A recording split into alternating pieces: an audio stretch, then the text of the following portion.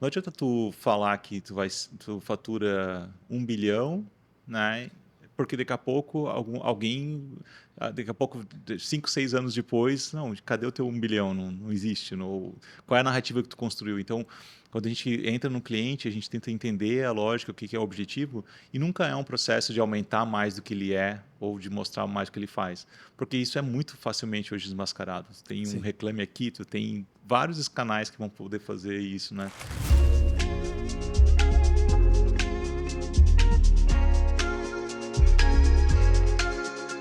Oi, galera, tudo bom? Estamos em mais um de Galho em Galho, o podcast oficial da Monkin.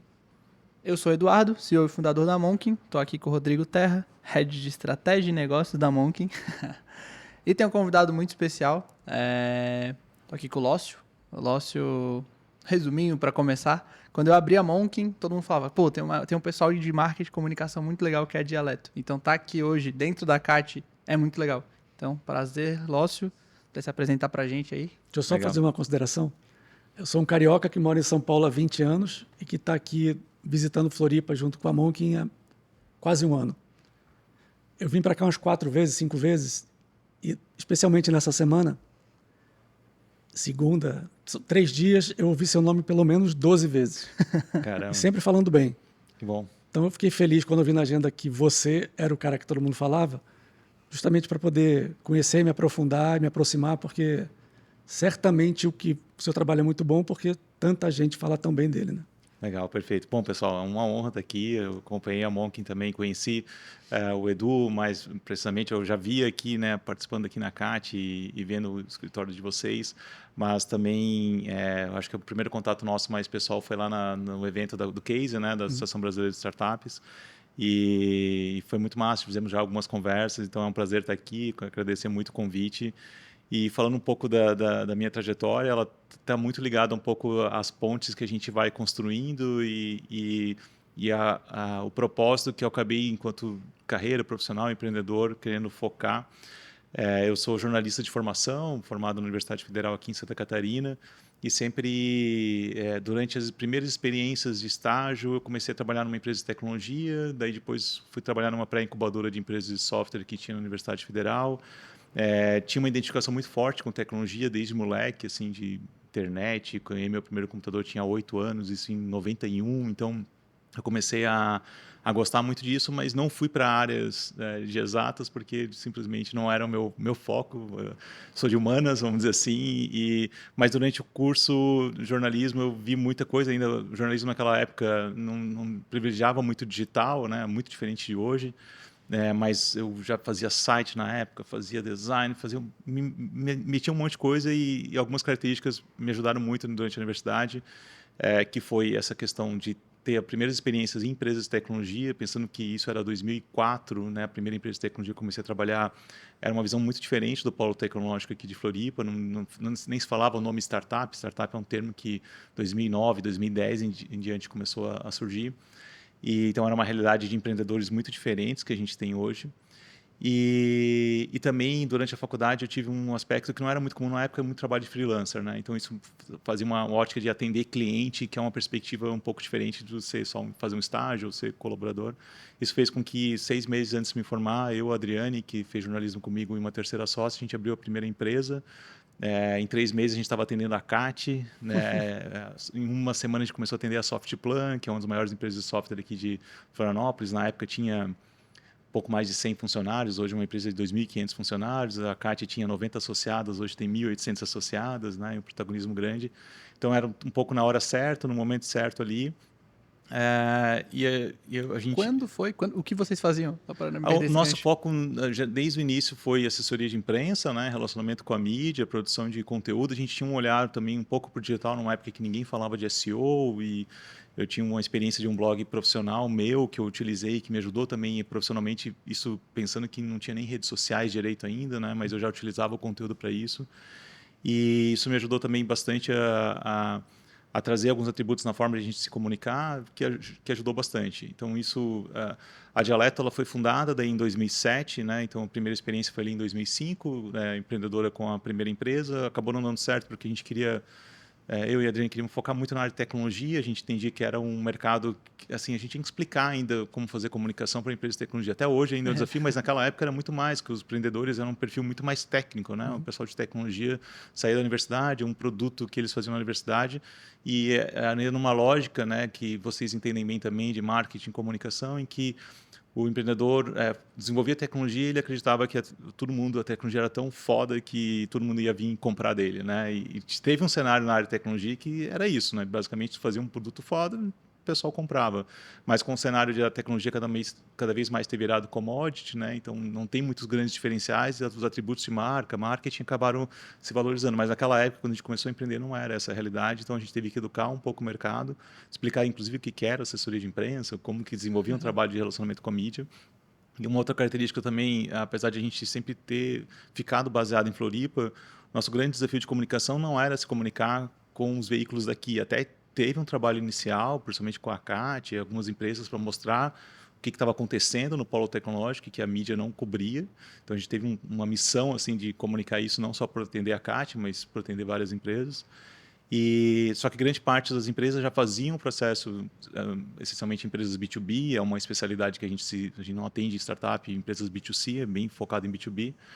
A gente sempre teve um desafio de comunicar nacional, comunicar nos veículos de São Paulo, comunicar nos veículos segmentados dos nossos clientes. E isso também era uma realidade que as agências locais que atendiam aqui, atendiam até alguma outra empresa, não era o foco delas. O foco delas era divulgar no Diário Catarinense, divulgar, né, na época RBS, né? E a gente sempre teve uma proposta, não, nosso cliente atende nacionalmente, né? Mesmo estando em Floripa, atende empresas em todo o Brasil.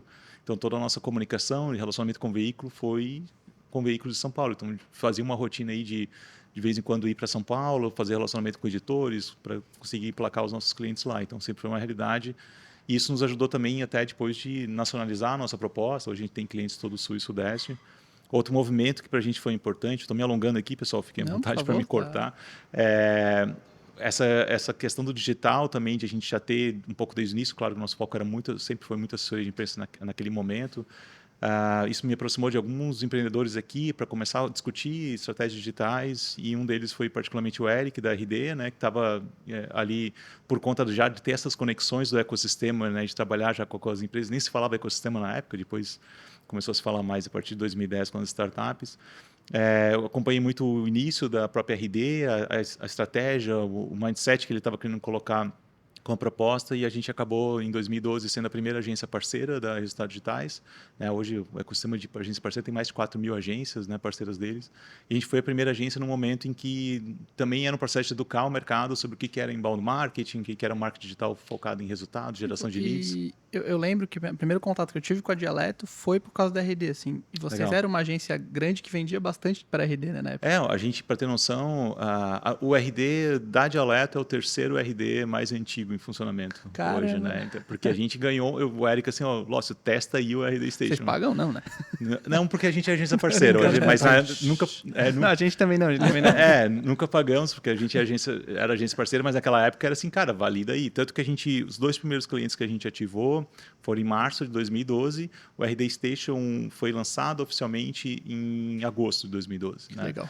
E um dos clientes que a gente atendeu acabou sendo o empreendedor, acabou sendo o primeiro investidor anjo da RD, né? Que era um cliente nosso. Então, a gente, além de fazer para a empresa dele, ele viu tanto valor naqueles primeiros momentos ali, já usando o RD Station, em que quando eles foram para um primeiro olhar de captação, esse nosso cliente acabou sendo o primeiro investidor anjo da RD. Né? Eu acho que é um investidor que ficou feliz de ter investido numa empresa em que, né, foi vendida por 2 bi ano passado para a TOTVS. Né?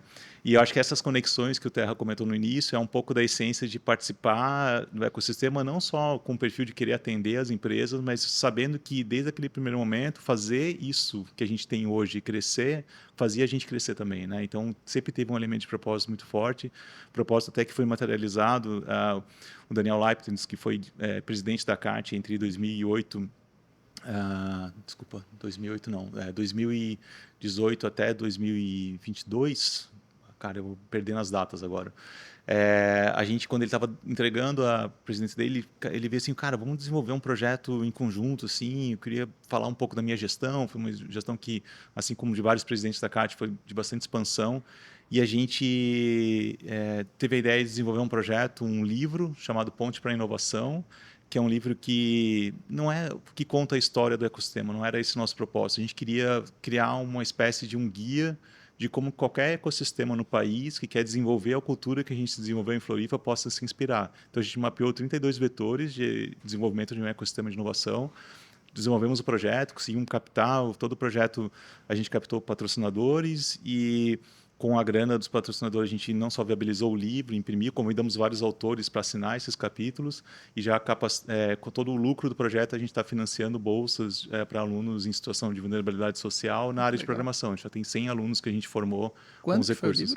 O livro a gente lançou em 2021, né? Fomos 3.800 a tiragem, mas está online também, temos vendas no Kindle e tal, e que foi muito assim, materializar mesmo o propósito de a gente ser parte do ecossistema, crescer com ele e se desenvolver. Né? Muito legal. Eu tenho um monte de pergunta. Vamos lá. Fiquei escutando e assim, eu adoro fazer podcast ou conversar, porque abre vários caminhos diferentes na minha cabeça e me conecta com a minha história, tua história e os nossos problemas e soluções. Né? Eu venho de um tempo que não tinha nem internet. E era engraçado, eu ouvi você falando aqui sobre tecnologia. Quando eu era criança, a tecnologia estava fixa nas casas. Então, você tinha o Atari, você tinha a televisão, você tinha um aparelho de som, você tinha tecnologia pela casa. Uhum. Não tinha micro-ondas, era... Conforme a coisa foi evoluindo, a tecnologia começou a sair de casa. E a internet chegou, você tinha lá o computador. Eu cheguei no Banco Nacional, que foi o meu primeiro estágio, e-mail era uma coisa que não era todo mundo que tinha, e computador bom, idem. E aí, quando o celular apareceu, de fato, a tecnologia saiu de casa, do ponto de vista do consumidor. Né? Então, foi um desvendar de um negócio que sempre bombou, sempre aconteceu, sempre esteve na vida de todo mundo, mas ninguém via, ou só via em casa. O celular trouxe luz para isso. Então, a tecnologia que a gente sentia virou qualquer coisa que a gente queira na nossa mão. E aí o céu virou o limite, ou até pouco limite, sei lá até onde a gente vai. Mas mudou muito eu tenho 50 anos, mas nesse tempo que eu lembro que eu existo, essa história toda. Do ponto de vista, assim, eu não sei quantos anos você tem? Vou fazer 40 daqui a 10 dias. Se você falasse 28 também. Do ponto que você acompanhou um pouco essa história, o que mudou do que você faz? Porque a comunicação mudou, eu poderia ficar muito. 18 podcasts aqui falando de marketing e comunicação.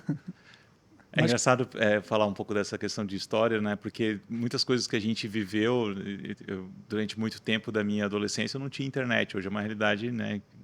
Até impossível de as pessoas pensarem, né? Uma criança, um adolescente não está conectado vendo YouTube, vendo um vídeo, sendo impactado por mídias e assim por diante. E até os 16 anos eu não tinha internet também, né? Então a gente tinha um computador offline e tal, mas tipo com 8 anos ali utilizando.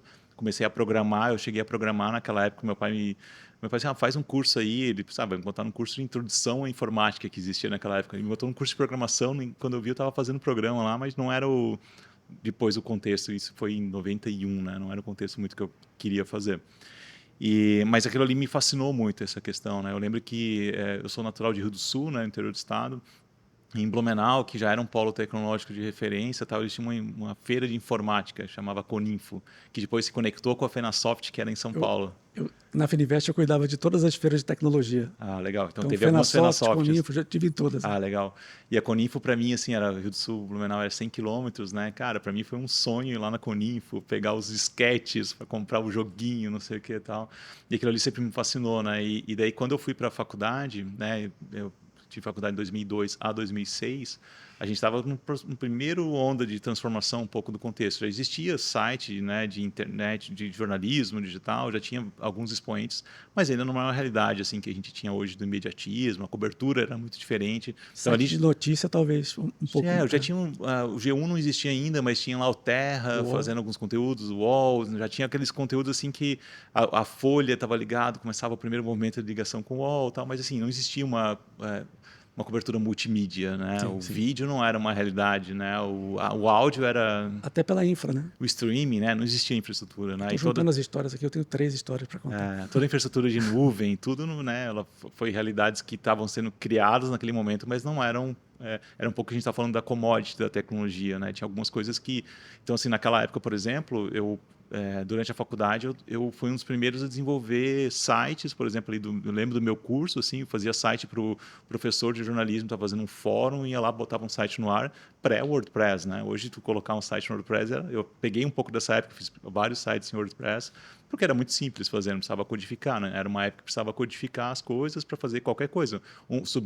Publicar um blog post, ele era um evento, né? Porque tu tinha que escrever, fazer e tal. Eu lembro de CMS, né? Gestores de conteúdo que eu trabalhei, que ele digitava na unha lá as coisas para poder fazer. Então eu tinha um pouco, era meio metido em tecnologia, então essas coisas me ajudaram muito até me ambientar. E quando eu comecei a trabalhar com as empresas, a primeira empresa que fui trabalhar, demorei 1 ano para entender o que eles faziam. Eu trabalhava com certificação digital em 2004, a certificação digital no Brasil é de 2001. Então, assim, a lógica de entender o que aquela empresa fazia demorou muito para eu sacar o que era. Mas depois eu comecei a identificar que isso era um atributo que eu comecei a desenvolver quando eu conversava com os empreendedores que estavam começando na pré-incubadora de empresas de software ali da UFSC, no departamento de informática. Já via que eu consigo entender o que esses caras faziam e mais do que entender é comunicar.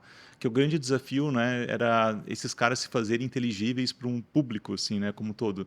Ele falar com outro cara de tecnologia, beleza, mas falar com um decisor de um banco, se ele tem uma tecnologia para a área financeira, qual o benefício daquela tecnologia, sem falar o techniquez, né? A gente até brinca na Dialeto, quando a gente fez um reposicionamento de marca em 2019, a gente criou o Fluente em Tecnologia, né? Incrível. E o nome da Dialeto vem disso, assim, o setor de tecnologia já tinha um dialeto próprio, continua tendo dialeto próprio, setor de startups e tal, e às vezes naquele momento ali para os jornalistas a gente tinha que traduzir isso, os caras não tinham nenhuma noção do que era nuvem, o que era inteligência artificial, né? Para ter noção, quando começaram a ter os primeiros termos de startups, eu lembro de a gente ter emplacado pautas, assim, e pautas nacionais, o que é uma startup, né? Então, esse processo de transformação é impressionante o que a gente tem, né, em 20 anos, né? Eu formei em 2006, né? Então, tipo, entrei na faculdade em 2002. Então, assim, cara, é impressionante o quanto que... E eu acho, assim, essa questão da transformação, ela impacta muito, né? A gente tinha uma realidade que tu tinha muitas revistas, né? E tu trabalhou também com publicidade, né? Tu ativar uma revista, emplacar numa Veja, emplacar num contexto era relevante. Hoje, eu estava outro dia pensando, assim, pega um Diário Catarinense enquanto...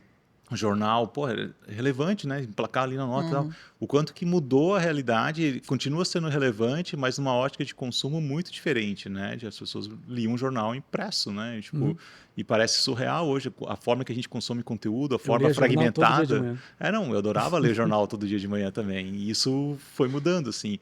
E eu lembro esse mudar também, eu muito influenciado pela tecnologia. Então, assim, eu deixei de assinar jornal impresso, apesar que a gente consome até hoje, eu sou assinante de vários jornais por conta da própria Dialeto, de acompanhar, mas a gente, como assessoria de imprensa, a gente deixou de ter jornal impresso na Dialeto, isso a partir de 2007 que a gente abriu a empresa, logo em seguida a gente já começou, não, vamos assinar só o digital e não precisa ter impresso. E naquela época, era a época que a gente, a clipagem, né, que é uma inserção na imprensa e tal, tinha gente que cortava o jornal e Mandava relatório impresso, né? A gente, tanto que em 2010, na Dialeto, a gente desenvolveu um sistema próprio, com usuário e senha que o nosso cliente acessava para ter acesso digitalizado. Enquanto, naquela época, já estavam começando uma transição, o pessoal mandava em PDF, a gente já estava com um sisteminha ali acompanhando. E tá pronto para mudança, né? Acho que a última vez que eu conversei com o Lócio, a gente falou muito sobre isso, assim, cara, beleza, se eu for contra isso, não vai dar certo, e a gente falou da inteligência artificial, né? Sim. Cara, se eu for contra, eles vão estar gerando conteúdo? Talvez vão. Eu brinco com a galera da Monk e falo, cara, nosso mercado vai acabar. O mercado de agência vai acabar. O que faz... Quem que vai mudar? Vai ser a inteligência artificial? Como que a gente pode dar um passo à frente? E aí eu tava até vendo que você repostou lá que o pessoal da Exact Sales comprou a Magic Write. E é uma galera tá vindo para inteligência artificial no meio da comunicação e tem outra mudança que tá vindo. Então, ver você, tá envolvido também nisso. Você me apresentou as plataformas. É muito legal porque você passou toda a frente, desde botar no papel até passar no RD Station, até entrar numa linha de comunicação sem papel nenhum e zero, e até entrar numa inteligência artificial. E tem um contexto, né? Pegando um pouco dessas transformações, né? As pessoas na área de tecnologia elas têm que estar muito abertas à mudança, né? E às vezes as pessoas são resistentes e quando vêm perderam um barco, né? Quando a gente olha, por exemplo, a inteligência artificial no contexto da produção de conteúdo, né, de vídeo, de podcasts, de tudo, né? Tipo, o que essas ferramentas podem... Não dá para a gente negar essa evolução, né? E tem tipos de pessoas que elas são resistentes à mudança por um status quo, por medo, por um monte de coisa. E se a gente não aprender aquilo que vai matar a gente daqui a 2, 3 meses, ou 2, 3 meses já é isso, acelerado. Quando a gente conversou, o chat GPT não estava nem ainda tão coisa aí. Tá até programando já fácil não, agora. faz tudo, né? Eu esqueci o nome, eu sempre esqueço. Aquele aplicativo de voz, que você trocava voz, montava sala de discussão. Esqueci, isso aí que era o de áudio. Clubhouse? Clubhouse. Durou 3 meses. Sim. E era assim, meus clientes ligavam e falavam assim, eu preciso abrir um Clubhouse imediatamente, meu Deus. Falei, espera 3 meses. Senão você vai gastar um dinheiro que vai pro lixo tão rápido, porque a tendência era essa. Mas ao mesmo tempo, assim, mesmo que exista o hype de 3 meses, a gente não pode negar que o hype estava ali. Sim. E que talvez moldou algumas coisas de como... eu vejo, por exemplo, o Clubhouse, ele deu muita visibilidade até para o modelo de podcasts. A gente tinha um contexto dessa questão das conversas, só que o que acontecia no Clubhouse é que ele era muito etéreo, aquelas discussões, né? Enquanto que a gente consegue, numa proposta como de vocês aqui de podcast, fazer essas discussões, elas ficam registradas. Então, mas deu muita visibilidade porque o podcast era meio renegado, era uma coisa muito de nicho, e eu vejo que aquele movimento de resgatar um atributo tão simples, né, que é a voz, né, no podcast ela ganhou um espaço interessante. E para continuar nesse papo aí, o chat GPT pode morrer, pode mudar, pode vir outra inteligência artificial, mas como é que você acha que a inteligência artificial vai participar dessa mudança da geração de conteúdo? Cara, eu acho que tem muita coisa assim, né? Eu acho que o primeiro ponto, assim, que para qualquer produtor de conteúdo, todo mundo se deparou com uma folha em branco, né? Lá no começo, assim, cara, deu um bloqueio aqui criativo que pode ser por emocional, pode ser por um monte de coisa. E uma coisa que eu acho impressionante, assim, né? É a capacidade de rapidamente ele imputar um negócio, ele te devolver com um processo que pode ser estruturado, né? Só que esse processo não substitui, porque tu precisa do input, né? Tu precisa ter o cara que vai imputar. E se tu faz um input errado, ou um input enviesado, ou um input raso, ele vai te devolver uma coisa rasa. Eu comecei a ter experiências nesses últimos meses, né, em que eu precisava... Hoje eu não estou mais no dia a dia de produção de conteúdo como um todo, né? Mas tipo, eu estava ali em férias, a Dialect estava em férias coletivas, tinha um cliente que precisava anunciar um negócio lá, cara, eu tava lá, preciso fazer um negócio rápido aqui. Cara, eu simplesmente coloquei um parágrafo lá do que era a principal notícia que a gente precisava anunciar e tal. Eu diria que 60% do que eu produzi, a IA me trouxe a estrutura. E, obviamente, que eu tive que fazer um input do que era mais estratégico comunicar aquilo ali. Então, assim, eu tenho certeza que a visão estratégica que eu tenho, a experiência que eu tenho, ela não vai morrer, não é a IA que vai me matar isso. Sim. Agora, eu fazer o que eu fazia para levar 1 hora, 2 horas, eu fazer em 30 minutos, aquilo ali vai me ajudar. É uma boa base, né? É uma boa base. Você tem que botar sua tinta. Quando vai, por exemplo, para uma estratégia de marketing de conteúdo, de blog posts e tal, em que tu já tem uma realidade que os conteúdos já são mais etéreos, né? Tu tem um volume de conteúdo, mas que eles são importantes porque, para uma estratégia de SEO, de alcance orgânico, elas precisam ser trabalhadas. Não tenho dúvida que a IA consegue trazer respostas muito mais rápidas do que eu posso tirar, do que eu posso colocar, do que eu preciso enfatizar de fazer, e já trazendo com aspectos de uma inteligência que está buscando não só de uma base, de várias bases. E tem um negócio que as pessoas não se tocam quando a gente é jornalista ou quando a gente é um produtor de conteúdo. Cara, quem produz conteúdo de uma forma totalmente inédita? Qualquer cara que vai escrever um blog post, ele vai buscar umas 10, 15, 20 referências para construir aquilo ali. Ninguém está fazendo uma peça inédita. Então já é um processo. Só que, cara, se as pessoas já procuram no Google 15, 16, 17 referências para produzir um blog post, se eu tenho a IA que me responde isso automaticamente em vários momentos em que constrói para mim, eu consigo agilizar o meu processo, só que eu preciso humanizar a minha proposta, eu preciso trazer os aspectos, quando eu estou produzindo conteúdo, por exemplo, marketing de conteúdo B2B, que a gente trabalha muito forte, eu tenho que trazer os aspectos dos meus clientes, né, do que dá mais ênfase. A IA não pode interpretar o que é o mais importante para o meu cliente. Então, é o que o negócio é sair da página em branco e trazer muito mais rapidamente e com assertividade várias referências. Você dá um input de inteligência, que é aquela história, né? Não quer ser substituído por um robô, não faça o trabalho de um robô, pense, né?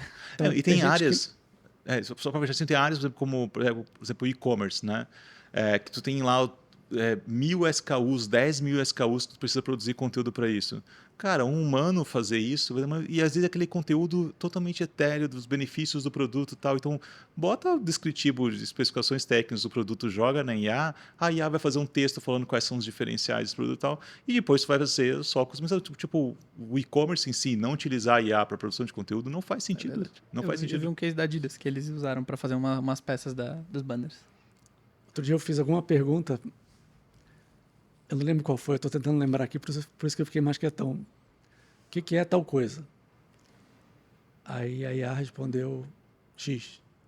Estava errado, totalmente errado. Aí eu falei, isso não é tal coisa. Ela, desculpe, realmente não é. Isso é aquilo. E veio a resposta certa, que é muito louco, né? Teoricamente, se você perguntou, ela não te respondeu certo, ela não tem a resposta ainda. Mas ela tem que buscar outros caminhos ali, rápido para... e tem um negócio impressionante, se eu usasse essas ferramentas há 6, 8 meses, vamos dizer lá para junho de 2022, tá? As experiências que tu tinha com as IAs fazendo conteúdo em português brasileiro eram uma merda. Era ruim pra cacete, assim, tipo aquele português truncado e tal. Cara, e a linguagem natural que existe 6 meses depois, e eu fiz esse teste, uma das ferramentas que eu apresentei pro Edu, assim, cara, eu olhava assim, isso que nunca vai pegar. Porque, cara, esse português aqui é uma merda. Assim, dá para ver claramente que é um robô escrevendo com palavras gringo. que não faz muito... Um gringo, né? Porque às vezes o processo... Ele pega a lógica do inglês americano, né? O inglês como um todo. E, tipo, ele traduzia isso. Cara, isso aqui não faz lógica no português brasileiro. E hoje as IAs estão respondendo um português perfeito, né? Às vezes mais perfeito do que qualquer pessoa um pouquinho mais avançada pode fazer. Então, isso que é impressionante, que é esse processo progressivo. A inteligência que a gente tem hoje, amanhã vai ser melhor. E ela vai entender que aquela resposta está errada, ele vai ver que aquele processo outras pessoas talvez possam ter comentado mesmo, e ele vai aprender com aquilo ali e vai te responder para outros depois, né, de uma forma inteligente para frente. Né? Eu me sinto muito velho falando isso, mas eu acho isso uma loucura. Eu acho isso uma loucura, assim, deve ser a mesma percepção que, sei lá, a minha avó quando viu um notebook, ver trabalhando de casa. Porque eu acho uma loucura ver uma IA fazendo trabalho de uma maneira tão bem feita. Inteligência artificial, eu acho uma loucura. Vamos pensar assim, né? A gente está gravando aqui o podcast e a gente teve alguns momentos que a gente teve uma eloquência maior na nossa voz, a gente colocou tal, em que a gente deu uma risada no final. Hoje tem ferramentas, e eu já vi algumas, em que ele interpreta todo o processo não só transcreve, que é o processo mais básico, mas na transcrição ele tira os nuggets, por exemplo, e os conteúdos de vídeo que tu precisa fazer dos momentos principais do podcast. Nossa. Eles te sugerem em segundos o que tu vai utilizar e o que tu vai colocar nas redes. E tem um contexto também, quando pega, por exemplo, para vocês trabalham forte com mídia paga também. Mídia paga, na essência, a caixa preta, que é os ads, né? O Facebook Ads, não sei o que e tal, exige que tu tenha fazer muitos testes, né? Se a IA consegue trazer para mim 10 opções de um copy para um anúncio e tal, eu consigo rapidamente subir essas 10 opções na coisa e ver qual que vai trazer uma melhor performance. Eu consigo já tirar as outras que não estão dando performance, porque vai ter alguma cópia que vai ser melhor. Às vezes. Exato, né? Então, vai matar o trabalho do analista, vai matar o trabalho do editor de vídeo? Não vai. Alguém vai ter que interpretar, alguém vai ter que ver se aquele trecho faz sentido mesmo ter destaque ou não. Mas vai diminuir por enquanto. A operação. Cara, mas assim, ó, hoje vamos lá na Monk. Esse trabalho assim, de corte de vídeo, coisas nuggets, tal conteúdo, é um trabalho que talvez não vale a pena ter um editor cuidando. Vale a pena o editor estar num processo criativo, fazendo uma campanha legal, um vídeo legal. E a IA faz do outro lado. É igual o programador, eu estava lendo, que os caras estão criando agora, o próprio IA tá fazendo, sei lá, página de login e senha automaticamente. Pô, deixa o programador criar e fazer uns códigos mais completos, deixa a IA fazendo as coisas mais básicas. Então, quem souber usar com inteligência a inteligência, Exato. vai sair na frente. Uma dúvida sobre o seu segmento, a sua especialidade também. Antigamente, quando eu fazia campanha, eu botava lá X dinheiro na Editora Abril, na Globo, tá, acabou. Todo mundo via, todo mundo sabia, as pessoas estavam disponíveis, muitas pessoas disponíveis em frente à televisão, no horário que a televisão mandava. Perfeito. Isso, os grandes portais, a mesma coisa, vieram as redes sociais, e aí mudou, inverteu o processo, né? Porque você via um link de uma notícia no Facebook, você clicava, ia para a página da notícia, não ia para a home do portal. Então, as home dos portais que eram caríssimas, caíram.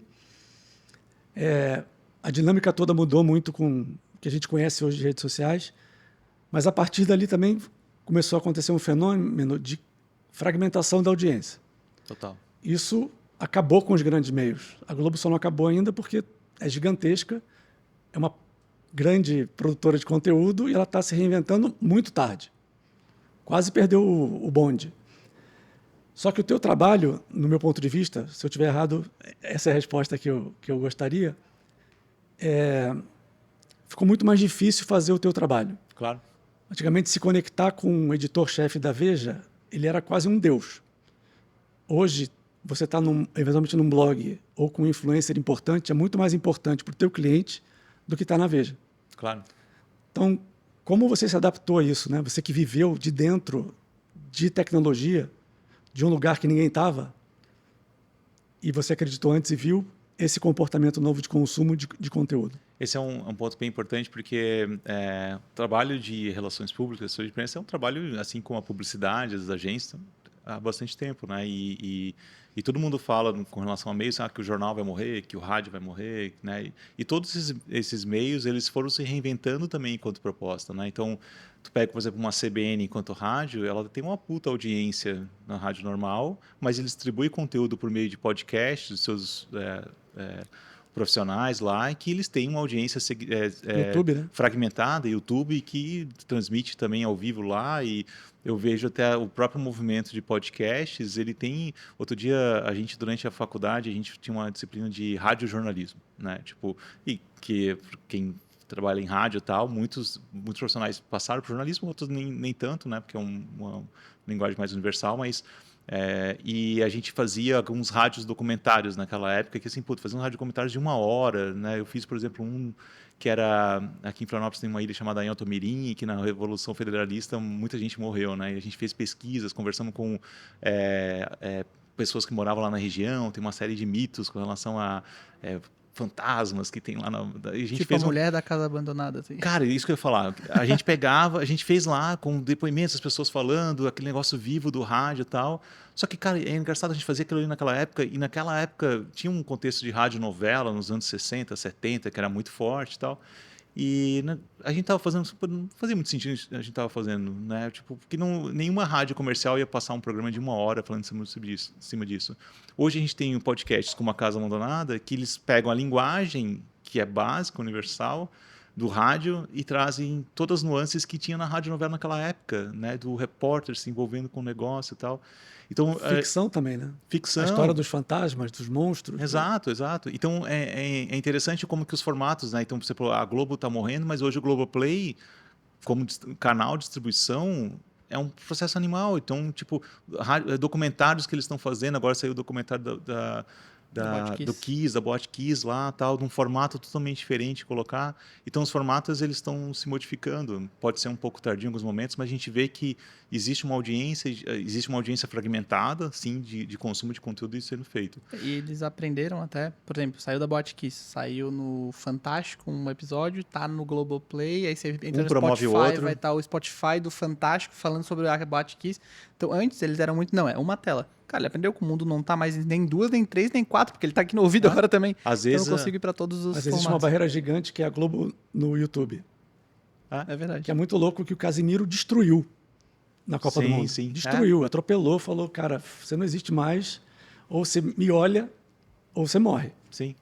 E tem coisa, tipo, pega a apresentadora do Fantástico, meia hora de o Fantástico começar, ela está numa live no Instagram, falando dos É bastidores, verdade. então as pessoas vão consumir o conteúdo de forma fragmentada em canais diferentes. E aí, trazendo um pouco para nosso ofício, né, de trabalhar um cliente, tentar publicar eles nas mídias, a gente sentiu, obviamente, que a saída dos impressos diminuiu um pouco o alcance de alguns tipos de conteúdos que a gente podia trabalhar, mas ao passo que um jornal impresso foi perdendo relevância ou até economicamente não sendo mais viável, né, pelo modelo de negócio em si, os jornalistas foram criando seus próprios espaços, teve gente que foi empreender, criando canais mais segmentados, e como a gente trabalha muito com tecnologia, muito com B2B, tu tem canais segmentados, por exemplo, de agro, de energia, de saúde corporativa, né, não de saúde consumidor final, e que eles são tão mais relevantes quanto emplacar na Folha, no Estadão, Exatamente. no Valor, né? Muito Mas a Folha, Estadão, Valor, a Exame, eles também têm uma importância de associação de marca, né? Quando eu converso com qualquer cliente,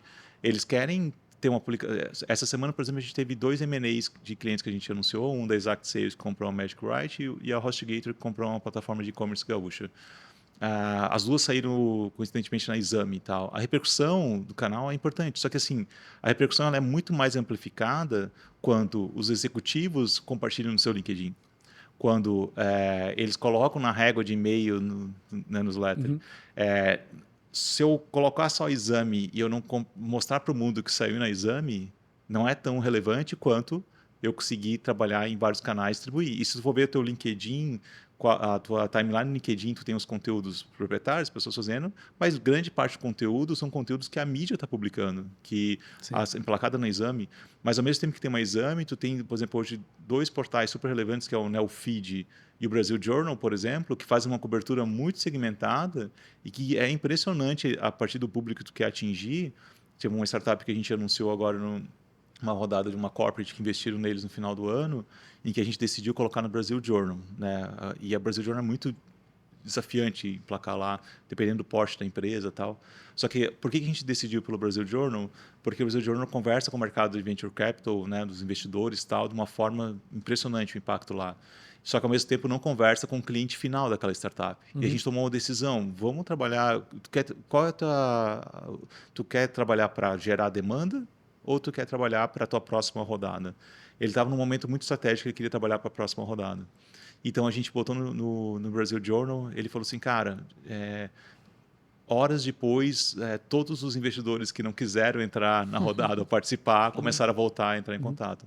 Então tem que pensar muito estrategicamente que tipo de público que cada canal alcança, mas a amplificação dessas emplacadas, elas são por meio também das redes, né? São por meio de utilizar isso de forma inteligente.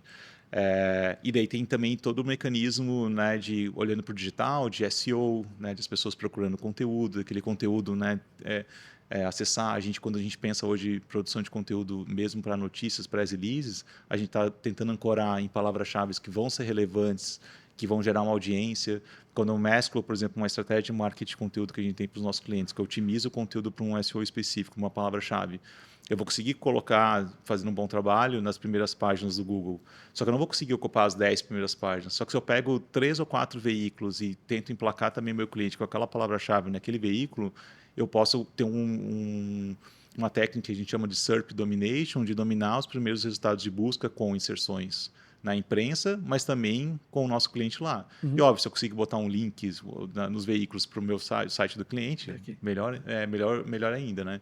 Então, as coisas eu acho que elas vão se moldando, assim, né? Então, a gente vê ainda muito relevante, o volume de placadas diminuiu, talvez diminuiu, mas o volume de veículos ele aumentou, isso é surreal. Mas a dispersão, a gente falava, quando comprava televisão, você tinha lá 1 milhão de pessoas assistindo. Quantas são do seu público? Talvez 1.000. Então, você pagou 1 milhão e você se comunicou de fato com o que você precisava com 1.000. Hoje, 1 milhão é raríssimo de acontecer, mas você consegue falar talvez com 2.000 gastando metade. Claro. Então, a dispersão é menor, o custo para alcançar quem você quer falar é menor e você consegue ter mais assertividade em cada assunto que você quer passar. Era um tiro de canhão enquanto podia ser sniper, né? Exatamente. Tipo, aquela empresa, ela anunciar a rodada no Brasil Journal, para ela fazia muito sentido porque ela queria ser sniper, eu quero conversar com esse público, e funcionou, porque ele aumentou o pipeline de conversa. Se eu pegasse aquela notícia e colocasse num exame, num veículo que teoricamente tem um alcance até maior, eu vou estar pulverizando aquela comunicação, que em alguns casos faz sentido, mas talvez eu não ia alcançar o público que ele queria naquela estratégia alcançar, naquele canal que ele queria alcançar. Sim. Muito bom. Legal. Eu ia falar alguma coisa. Mas... Eu tenho uma dúvida, mas foge do assunto. Pode ser? Bora. Lócio, você falou que desde o começo você foi para tecnologia, segmentou e tal. Cara, foi uma dificuldade minha no começo da Monkin nichar. E acho que até hoje ainda temos resquícios desse problema não ter nichado no começo. Como que você nichou desde o começo, teve problema com isso, aí depois você falou, entrou em B2B, aí teve assessoria de imprensa com marketing de conteúdo. Como que foi esse processo? Cara, isso é interessante porque um dos motivos de a gente não ter continuado a primeira empresa é que a questão do nicho era uma coisa que estava sendo discutida e é óbvio que no começo de um negócio é muito difícil, né? Tu focar só no segmento e negar, né, outros projetos para fazer. Então, no começo da Dialeto, a gente, do ponto de vista de posicionamento, a gente focou em tecnologia. Mas do ponto de vista de atender empresas, até hoje eu tenho clientes que não são essencialmente negócios de tecnologia, mas que aí, olha que interessante, né? Mesmo a gente se posicionando e colocando no mercado, né? Atendemos startups, scale-ups, médias, grandes empresas, fundos, aceleradora, incubadora, tudo no ambiente de ecossistema. A gente tem empresas que atuam, não são empresas de tecnologia, mas atuam em segmentos complexos, e que precisam trabalhar a comunicação de forma complexa e que a gente consegue interpretar e fazer. E mais que isso, olham para a tecnologia como um diferencial.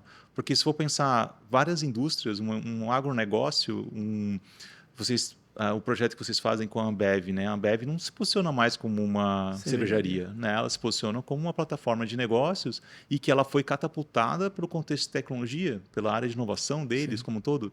Então, mesmo meios tradicionais, eles estão indo para a área de tecnologia porque, no final, qualquer tipo de indústria vai ser uma empresa de tecnologia.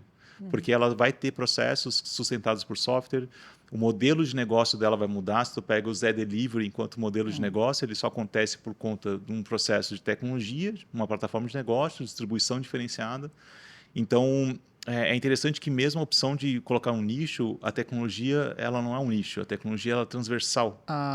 Só um parênteses, a Paula Lunadelli, que é vice-presidente da Ambev agora do ecossistema, ela esteve aqui e ela falou um negócio legal. Das 10 vagas abertas de tecnologia, não são, de cada 10 vagas de tecnologia, 3 não são de empresas que são de tecnologia, entendeu? Então, assim, hoje a Ambev vai estar contratando gente de tecnologia e tal, então a tecnologia está dentro dos lugares. E a gente pega os cases, né, globais, pega a Amazon, né? A Amazon era um varejo online, né? Tinha lá tecnologia, mas era um varejo online. Mas para sustentar o crescimento do varejo, criaram a plataforma que deu sustentação em nuvem para eles, que virou um negócio que é a AWS, que é maior do que a Amazon como varejista, né?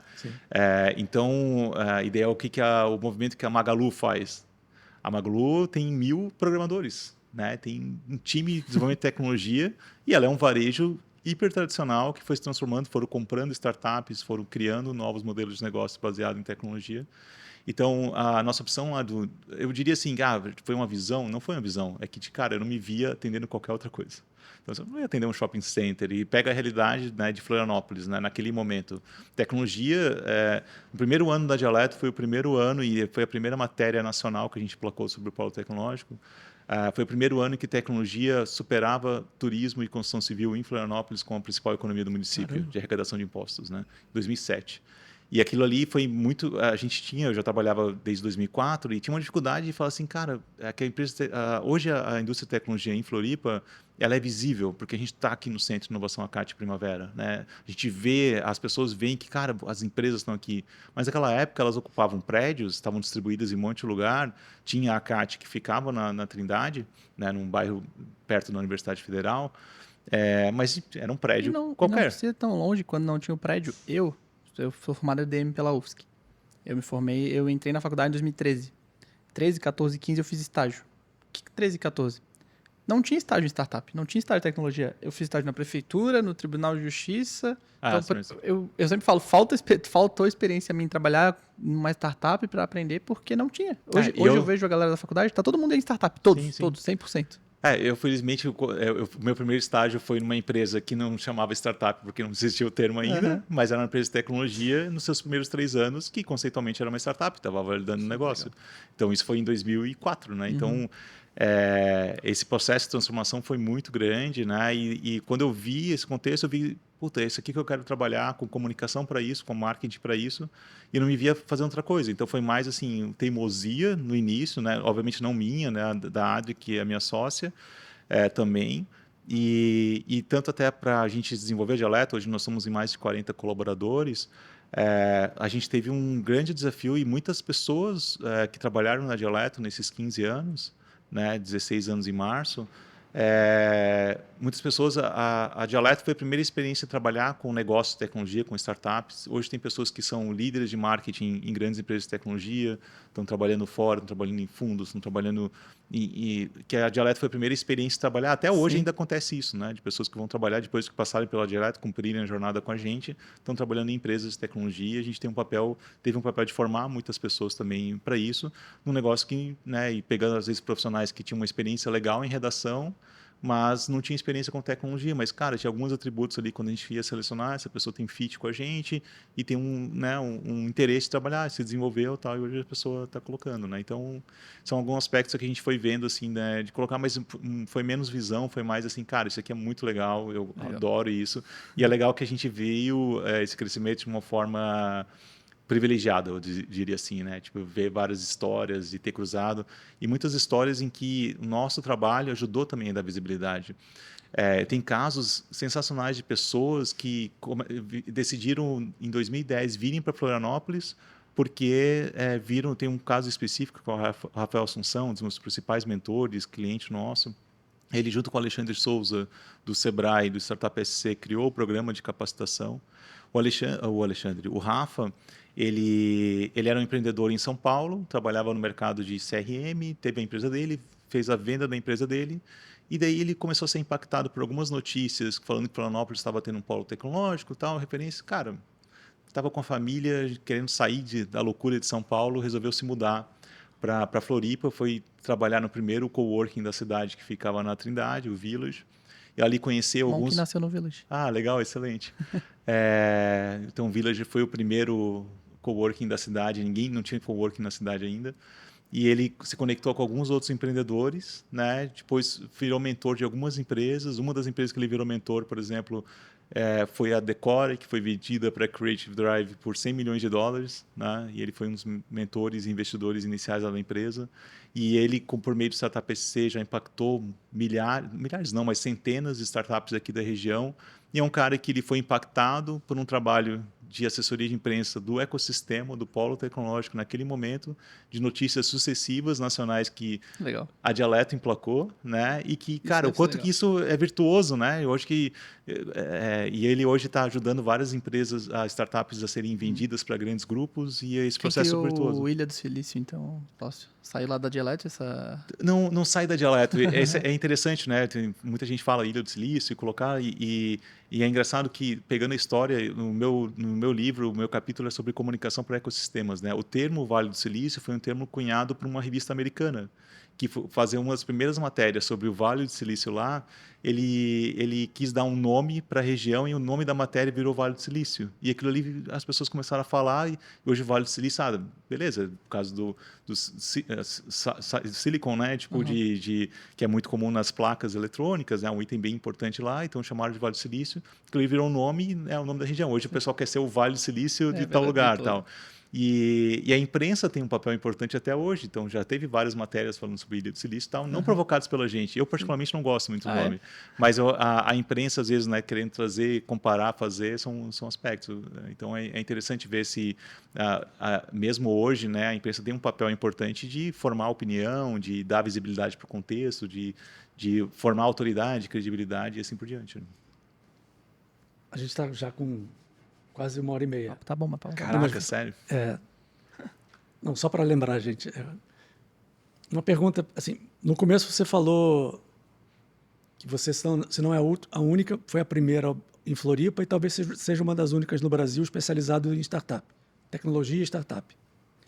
O que diferencia Dialeto por ter essa característica das outras? Legal. A gente não foi a primeira, talvez em Florianópolis totalmente focada, com certeza. Já tinha na época algumas agências que trabalhavam com empresas de tecnologia mais corporativa, já era uma realidade que tinha no mercado de São Paulo. A gente viu como uma oportunidade aqui em Floripa, porque as empresas eram empresas muito de tech, e algumas empresas daqui já contratavam agências de São Paulo na época, só que aquele negócio era um contexto distante da realidade, até de entender as empresas daqui. A gente se propôs muito a ajudar as empresas daqui para ter essa comunicação para lá. E a gente, né, criou o negócio e a gente foi se adaptando pelo perfil de empresas que a gente encontrava aqui na região, né? Felizmente, né, o mercado de tecnologia daqui é muito B2B, né, então as agências de São Paulo elas têm um mix de clientes B2C, B2B, e o B2B tem características muito específicas, tanto no marketing de conteúdo quanto na assessoria de imprensa, na forma de comunicar, porque o B2C, do ponto de vista de mostrar o que a tecnologia faz, é essencial em qualquer startup B2C, o posicionamento dela ser muito claro. Agora, uma empresa que faz tecnologia, que vai dentro de uma usina hidrelétrica e que gera é uma outra forma de fazer comunicação para pessoas diferentes. Então, não é mídia de massa, é uma mídia de nicho. Então, tem algumas características que a gente foi se especializando em fazer. Então, eu diria que B2B é uma coisa que, inclusive, né, nos últimos anos, com a pandemia, a gente cresceu muito no mercado de fora de Santa Catarina. A gente tem vários clientes que não tem nada a ver com Santa Catarina, porque, claro, a gente ajudou a comunicar o ecossistema daqui. É óbvio que a gente tem muitos clientes aqui da região, porque é um processo, né, de contribuir com o outro e tal. Mas quando a gente foi para o mercado de fora, a gente começou a ver que os nossos atributos, né? Por exemplo, quando a gente começou a ser a primeira agência parceira da RD, grande parte dos nossos clientes de inbound, e agora mais recentemente está mais focado em marketing de conteúdo, não como uma agência de inbound, eles foram empresas de fora da Catarina trabalhando com B2B. Então, durante 4 anos, a gente entendeu o PayPal no Brasil, por exemplo. Por que o PayPal contratou a gente? Porque eles tinham dificuldade de produzir conteúdo para B2B. Eles sempre foram um negócio muito B2C e a gente já tinha case de fintech trabalhando com B2B. Né? Então, eu vejo que esse posicionamento de B2B é uma coisa que diferenciou. Esse olhar para ecossistema. Né? Então, por exemplo, quando a gente está atendendo algumas corporates que estão querendo se aproximar de startups. As agências... mesmo agências grandes que têm unidades, núcleos de tecnologia, que atendem negócios de tecnologia, elas têm um desafio de como se comunicar com o ecossistema. E para a gente isso foi um negócio que a gente viu o ecossistema florescer. Né? A gente viu fundos de investimento, investidores anjos investindo em startups. Eu, enquanto empreendedor da Dialeto, também sou investidor anjo. Já investi em 4, 5 startups. Uma lógica diferente de jogar o jogo. Né? O meu interesse não é só vender serviços. O meu interesse é fazer isso aqui crescer. E, enquanto investidor, tu tem um pouco desse ajudar o empreendedor, de colocar a fazer.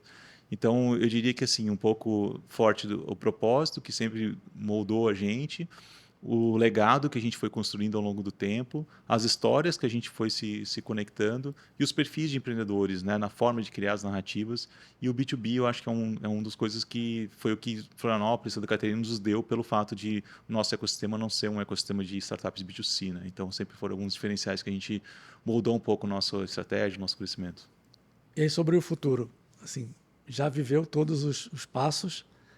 Eu acho que o mercado de influencers ou creators foi uma virada de chave muito grande. Na minha opinião, branded content nunca aconteceu no Brasil direito, porque a marca impondo a sua voz e o público não engole isso. Não é natural. E isso acontece até hoje na maioria das marcas. Tenho feito bastante reuniões em marcas grandes falando um pouco sobre conteúdo de fato e conteúdo ser com o olhar do cliente, não com o olhar dela. E é muito difícil virar essa chave. Então, qual o próximo passo? Né? O que você acha? O influencer ainda tem uma trilha para seguir para as marcas? E o que você está vendo no próximo passo? É interessante, sim. Esse mercado dos creators, né, de influencers, a gente acompanhou, às vezes até por clientes, startups, empresas de tecnologia que construíram soluções para sustentar esse contexto, acompanhamos. Mas a nossa realidade de clientes é uma realidade, por ser B2B, né, que os influenciadores não são influenciadores que tu cria um kit, manda para ele lá, ou tu paga um public post. No B2B, é difícil tu contratar um influenciador que seja um influenciador B2B, num mercado específico, e fazer o cara fazer um public post. Ele não faz, é uma realidade diferente. Então, na ótica que a gente vê para esses clientes, é uma coisa que a gente tem apostado muito junto. Eu estava falando com o Edu até para o que vocês constroem aqui de podcasts e tal. Muito mais do que tu se relacionar com influenciadores da tua indústria, é tu ser o seu próprio produtor de conteúdo. Então, o CEO de uma empresa de tecnologia B2B, ele tem que ser influenciador.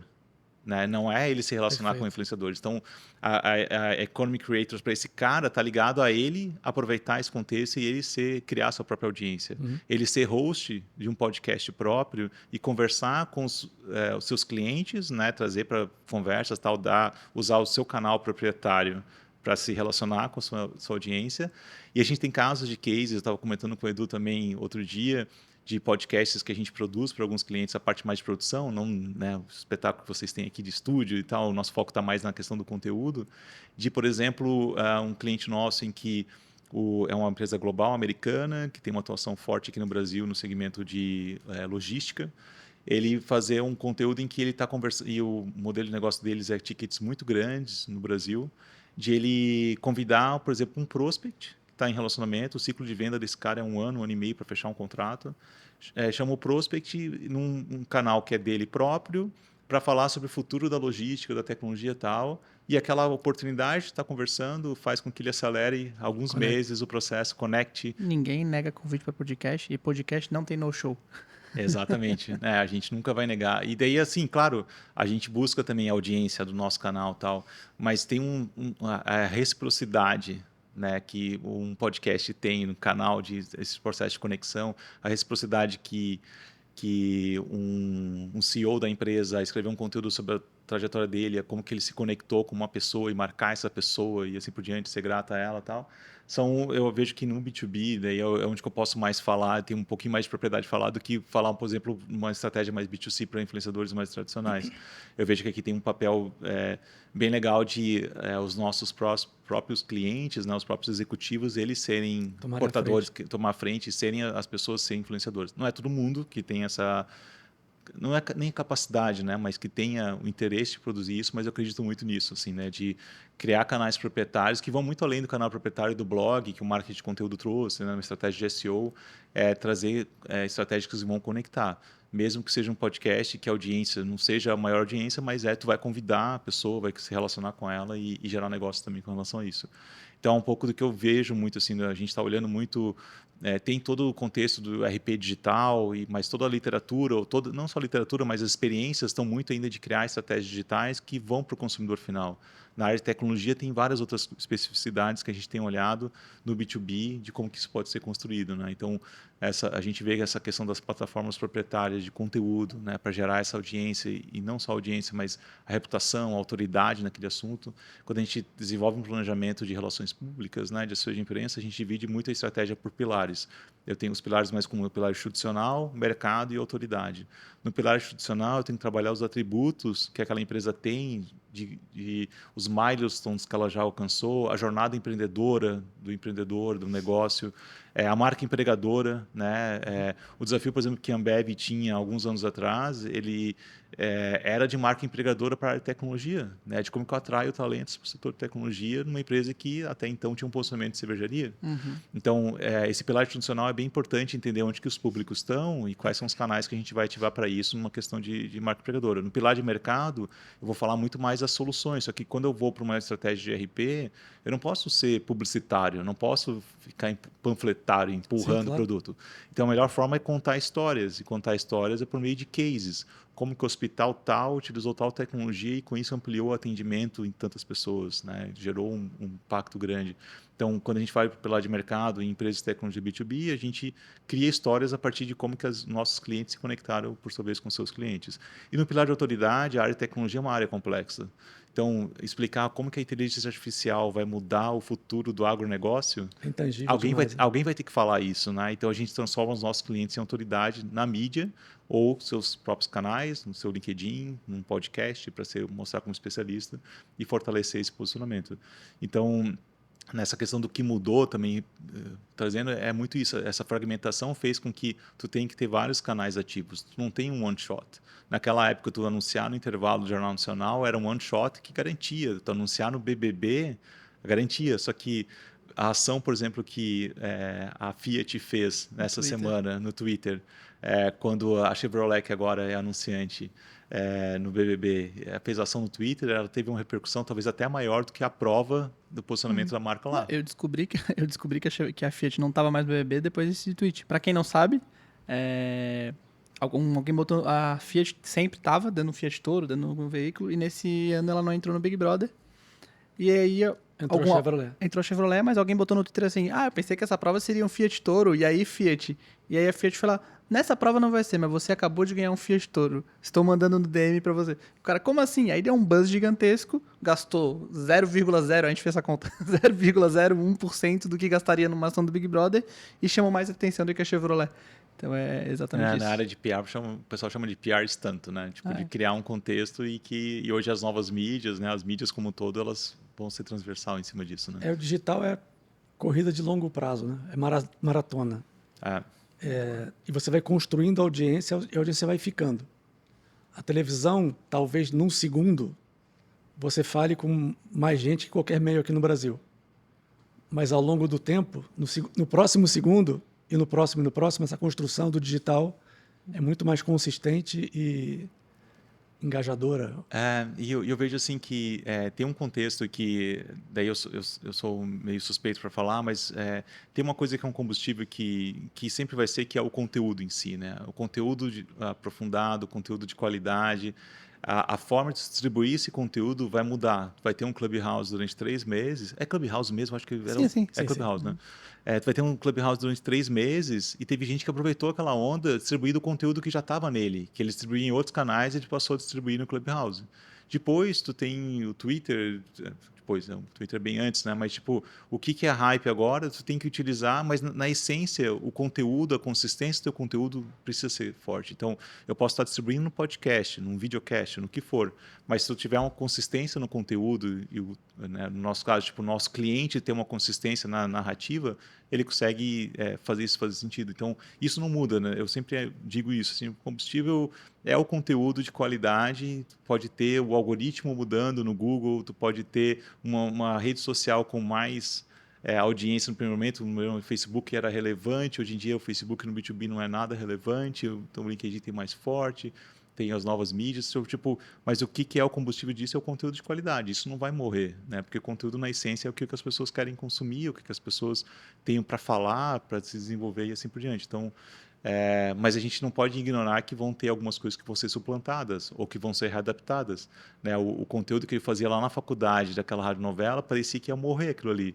Daí tu vem a Globoplay e distribui né, um podcast naquele mesmo formato que a gente fazia lá na coisa, né? E um formato sem nada de vídeo, só o áudio, né? Com um negócio tão elementar, tão simples. Até o Spotify está fazendo vídeo agora. É verdade, tem Exato. Caminhando para o final, ouvindo, né? Também. Não, tem só mais um. Tudo bem. Qualquer coisa o Marquinho diminui. Estamos ouvindo ele já. Bota 1,5x, 2x. Eu já falo rápido, imagina. Eu trabalho muito com o mercado de infoproduto. E o mercado de infoproduto, não obrigatoriamente, na maioria das vezes, não tem uma produção muito bem feita. Mas o mercado de infoproduto pega pequenos assuntos, ensinar a fazer brigadeiro, ou vender brigadeiro. Ele vai exatamente na dor de um grupo de pessoas. Com uma linguagem igual da pessoa, persuasiva, vendendo a solução da vida, como vai mudar aquela pessoa. A marca é a credibilidade de quem está falando. Quando você transporta isso para uma marca, as marcas impõem. Por exemplo, um banco fala, eu sou o banco que está sempre do seu lado e eu tenho o melhor atendimento. Você ouve aquilo, você vai na agência, você fala, cadê a campanha? Vocês são mentirosos. Então, eu prometo mudar a vida da pessoa. Dificilmente eu prometo mudar, mas eu prometo melhorar. Só que a experiência não é igual. Ela é antagônica, o que destrói qualquer reputação. Então, se eu puder dar um conselho para marcas e para agências que têm que trocar um pouco a perspectiva, entende o que o seu consumidor de fato quer, como você vai mudar a vida dele e como você pode entregar uma mensagem de verdade. e colocar na prática de verdade também. Aí você vai conquistar a fidelidade eterna.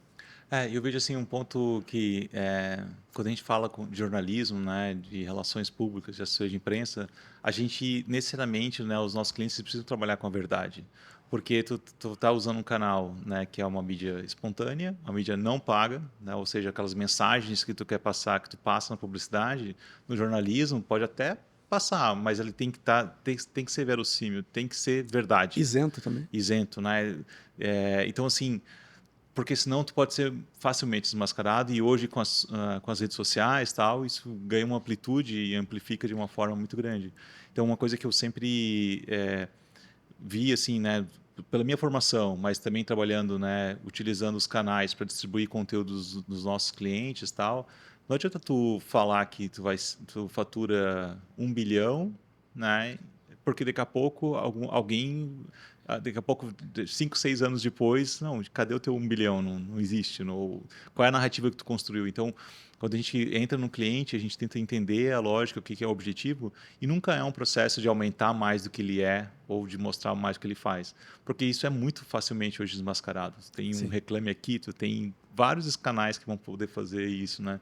E eu acho que o ponto das relações públicas, ele traz uma verdade na narrativa, e quando eu olho uma publicidade e olho uma matéria que um jornalista que tem a sua credibilidade ali está fazendo aquela matéria, ele leva em conta isso na empresa, que ninguém quer divulgar um negócio em que amanhã não vai se mostrar que era uma farsa, uma mentira. Muita gente, né, caiu em coisas do Ike Batista e a imprensa, inclusive, né? Mas as coisas, né, desmoronam, né? Tipo, não funcionam. Então, o que eu gosto particularmente, né, de um mix assim de comunicação que as empresas têm que ter, RP, assessoria de imprensa, por mais que seja um negócio hiper tradicional, ele traz alguns aspectos para a marca, essa verdade, essa comunicação, que transcende depois, né, algumas coisas, e que não é que tem que fazer só RP, não tem que fazer mídia, publicidade, tem que fazer porque as coisas vão se comunicar.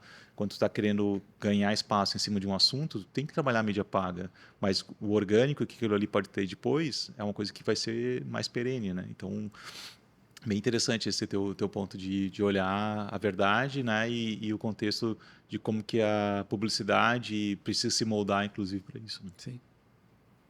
Perfeito. E agora encerrando, então, a gente tem pelo menos quando nós dois estamos aqui, ou quando eu estou aqui, a gente pede duas dicas finais para encerrar e 2 dicas, uma pessoal e a outra profissional. Então, a gente quer saber qual é a dica do Losser para quem está assistindo a gente. Dica pessoal e profissional? Uma de cada. Acho que olhando para o profissional, eu tenho uma forma de consumir conteúdo que é bastante fragmentada também, e particularmente eu adoro newsletters, né? Então tem muita newsletter de curadoria, tem muitas tendências de assuntos qualquer. Por exemplo, eu gosto muito da The Shift, que é uma newsletter que fala muito sobre disrupção, né? E é feita por uma jornalista que eu conheci na época que ela editava revistas ainda, né? Que é a Silvia Bassi. E a Cristina De Luca, né? Cris De Luca, né? Que na época trabalhavam no IDG, que trouxeram o IDG para o Brasil, de marcas, são marcas que tinham de comunicação, de tecnologia para a área corporativa, tecnologia corporativa, que foram referência e que... Trabalhei com a Cris no Terra. Ela foi editora, chefe lá. Cris também sensacional. E o The Shift, ele traz muito nisso com um aspecto que é muito importante hoje, né, com essa profusão que a gente tem conteúdo, que é o processo da curadoria, né? E daí são pessoas curando o conteúdo para ti e vendo, né, porque hoje tu tem várias, né, muito conteúdo para fazer. Então, particularmente qualquer newsletters que estão relacionados à tecnologia e inovação, eu destaco o The Shift, mas tem a The News, tem The Brief, tem várias aí que... Tem o MIT aqui também é legal. Sim, eu, por exemplo, a parte mais de notícias, né, em que eu aprendi ao longo do tempo, eu sempre consumi muito conteúdo, jornal e tal. O Meio, por exemplo, o canal Meio, que é uma newsletter sensacional, eu também assino. Para mim, assim, resume o que eu preciso consumir de conteúdos que estão até fora da área de tecnologia. Resume tudo para mim, política, que eu gosto bastante, economia e tal. De forma isenta. E de forma isenta e com contexto. Às vezes você fala, não vai para lá não. Tem uma parte, dá para ver que tem alguns posicionamentos, mas daí é aquele negócio, né? O posicionamento que eu me identifico também. Então, claro. É a forma que eu vejo de consumo de informação bem importante. Então, acho que essa é um profissional. Acho que da questão pessoal, eu sempre fui uma pessoa muito sedentária. Sempre, né? Tipo, durante muitos anos, eu diria até 2020, eu era um cara sedentário. Em 2021, uma pessoa do time da Dialeto propôs um desafio lá que a gente tinha que começar a fazer 3 vezes exercício por semana. E tinha um grupo no WhatsApp para quem quis aderir à iniciativa e tinha que postar a foto lá do exercício e tal. Assim, cara, puta, eu vou entrar nesse negócio aí. Tinha uma bike encostada lá, comecei a andar de bike e comecei a gostar, fiz um hábito, um processo. Tinha um processo um pouco competitivo, mas eu não sou nada competitivo. Mas aquilo ali me ajudou, né, nesse contexto de pandemia, né, tipo, de começar a fazer um exercício físico, que era uma coisa que não era realidade. E isso me ajudou muito, sim, né? Então, eu ando de bike hoje, já fiz prova de 200 quilômetros andando de bike. E, assim, nesses 2 anos trabalhando em home office, né? E tendo a bike como um hábito. Então, talvez isso era impensável falar aqui do ponto de vista pessoal, né? Num ambiente, numa área cada vez mais, né? Um ambiente muito difícil, né? Saúde mental, de todo o contexto. Para mim, foi muito importante para ser um lado B ali de colocar. Então, olha para esse lado pessoal, Legal, assim, legal. de encontrar alguma Bom. coisa que satisfaz, ajuda bastante a ter um lado B ali que no dia a dia é sempre muito difícil, E né? foi bem no meio da pandemia, né? A pandemia foi muito importante nesse ponto. E a gente só sabe que tá bem... Pô, tá andando de bike, tá saudável, tá bem. Quando tá saudável, né? Antes né? Eu tô tranquilo, tô bem. Então, acho que é E é super legal. engraçado que no começo, daí tu tem que criar estímulos, né? Eu ia muito ouvindo podcasts, ouvia muito podcast. E daí, conversando com minha terapeuta, ela comentou assim, cara, tenta não ouvir nada. Porque o que eu percebi é que eu estava andando de bike 1 hora e meia por dia, mas eu estava trabalhando, porque eu estava consumindo conteúdo, e a gente gosta de consumir conteúdo e tal. E daí eu resolvi não ouvir mais nada, nem música. E daí tu fica 1 hora e meia, às vezes eu tô andando de bike final de semana, 3, Desligado. 4 horas desligado. Meditação. É impressionante, cara. E daí, assim, a gente morando em Floripa, né? É essa outra coisa. Eu não conhecia a ilha. Assim, eu não gosto de praia, não sou um cara de praia. Cara, é impressionante andando, né? Provas que eu fiz ali de 200 quilômetros, né? A volta Pela na ilha, ilha. a volta à ilha literalmente, assim, todas as pontas. Cara, muito legal, né? Então, Nesse caso de paisagem, eu prefiro escutar podcast em São Paulo. certamente. Aquelas Mas, bike internas, né?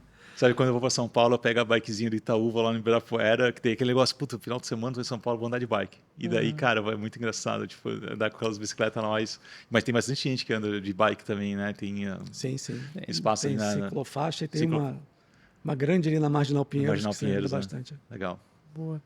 Então é isso. Obrigado, Lócio, de verdade. Baita papo. Acho que foi em alto nível. A gente conseguiu falar sobre bastante assunto, bastante super relevante. Vai ter corte legal, dá pra postar isso pra bastante. Então, muito obrigado mesmo por estar aqui.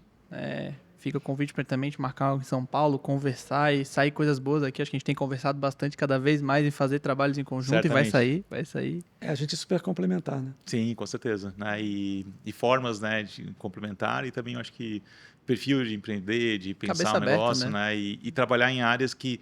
Acho que uma coisa que, né, vocês percebem também trabalhando com esses clientes na área de tecnologia, de inovação, é que, cara, não... sempre vai mudar, a única certeza que vai mudar e a gente precisa se adaptar, né? Tá sempre começando, né? Tá sempre começando e às vezes esse é um desafio até, às vezes, para pessoas que querem trabalhar, né? Elas têm que entender que, tipo, o que a gente está falando agora, né? Daqui a pouco esse podcast, em 3 meses, está muito desatualizado. Né, do conteúdo. Marketing. Só que ele é uma perspectiva histórica do momento que ele foi gravado, né? Então, as coisas só vão melhorar porque algumas pessoas discutiram isso nesse momento. Daqui 10 anos os caras vão estar falando, os caras lá 10 anos atrás falando sobre inteligência artificial, olha como eles eram antigos. Tiozão, né? Vai estar o robô falando, o robô falando da gente. Identifiquei um vídeo de 2023. Falando de mim, apagar. Queria te agradecer também, foi um prazer te conhecer. Voltando àquele assunto do começo das 12 pessoas em 3 dias, agora são 13, falando bem de você. Muito bom. Foi um prazer te conhecer. Conhecer a Dialeto, a história da Dialeto, que tem tudo a ver com o que a gente está vendo hoje, que está no hype de startups, de investimento, de ecossistema. Você ter participado desde o começo. E vamos partir para novos voos aí juntos e conta com a gente para qualquer coisa, para trabalhar junto ou para trocar ideia sempre. Perfeito, pessoal. Está super à disposição aí. Obrigado novamente pelo convite e contem sempre comigo aqui. Fechou? Fechando essa série de 4 conteúdos em Floripa. Sempre muito legal estar aqui. Acho que eu e o Terra, principalmente, né? A galera tá fazendo bastante conteúdo aqui direto, mas eu e o Terra aparecemos aqui depois de algum tempo. E é muito legal falar. A gente reuniu galera muito boa. Falamos com o Alexandre do Sebrae, falamos com a Rafa e com o Thiago da Silva Schutz, falamos com o Nelson e com o Jacinto da Fiverr, lançando um projeto muito legal. E agora com o Lost da Dialeto. Então, assim, super episódios, muito legal. Obrigado, Terra, por essa parceria. Por que você não deixou eu fechar isso? Pode fechar. Então, agora é com você. Não, obrigado, pessoal. Até o próximo de Galho em Galho. Valeu. Valeu.